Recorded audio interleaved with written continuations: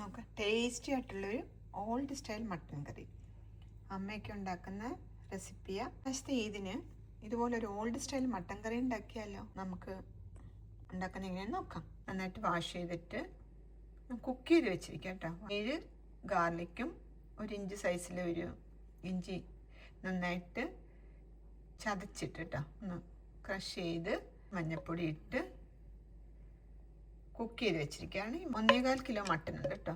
ഇനി നമുക്ക് വേണ്ടത് ചെറിയ ഉള്ളി, പേളൊണിയൻ 2.25 കപ്പ് അരിഞ്ഞ് വെച്ചിട്ടുണ്ട്, കറി ലീഫ്, 1/2 ഇഞ്ച് സൈസിലെ ജിഞ്ചർ, 7 ഗ്രീൻ ചില്ലി, പിന്നെ ഇതേപോലെ 5 ഗാർലിക് ഉണ്ടോ, ഇതേപോലെ അരിഞ്ഞ് വെച്ചു. ഓണിയൻ അല്ല, ചെറിയ ഉള്ളി കേട്ടോ.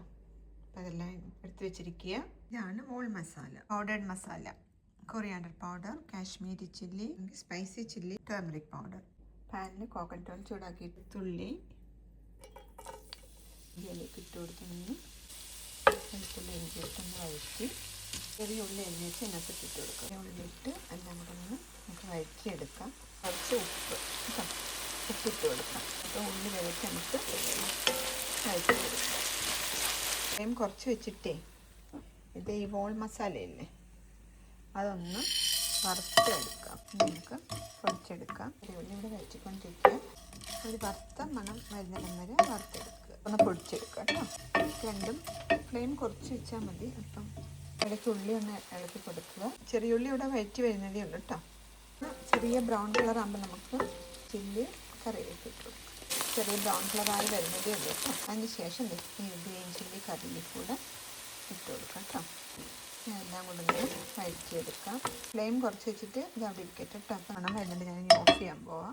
പൊടിച്ചെടുത്തിട്ട് കീഴെ ചെറിയ ജാറിലിട്ട് നമുക്ക് പൊടിച്ചെടുക്കാം. മസാല പൊടിച്ചെടുത്ത് കേട്ടോ. പൊടിച്ച് വെച്ച് മസാലകളൊക്കെ ഇട്ട് കൊടുക്കാം. 1 മിനിറ്റ് ഒന്ന് വഴറ്റിയിട്ട് നമുക്ക് ബാക്കിയുള്ള പൊടികൾ ഇട്ട് കൊടുത്ത് അതുകൂടെ ഒന്ന് എല്ലാം കൂടെ ഒന്ന് വഴറ്റിയെടുക്കാം. ഓക്കെ, ഇത് 1 മിനിറ്റ് ഒന്ന് വഴറ്റിയിട്ട് നമുക്ക് മട്ടനിലേക്ക് ഇട്ട് കൊടുക്കാം. മട്ടൻ തന്നെ ഈ മസാലയിലേക്ക് ഇട്ട് കൊടുക്കാം. ഗ്രേവി ഇപ്പോൾ ഒഴിക്കുന്നില്ല.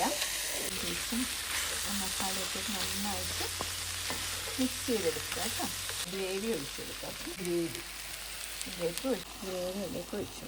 ഗ്രേവിയും കൂടെ ഒഴിച്ച് ഒരു 5 മിനിറ്റ് കുക്ക് ചെയ്ത് കഴിഞ്ഞാൽ നമ്മുടെ മട്ടൻ കറി റെഡി. ഇനി നമുക്ക് കടുക് വറുത്തിടാം. അപ്പോൾ ഈ കടുക് വറുത്തതും കൂടെ ചേർത്ത് ഇളക്കി എടുത്തു കഴിഞ്ഞാൽ നമ്മുടെ മട്ടൻ കറി റെഡി.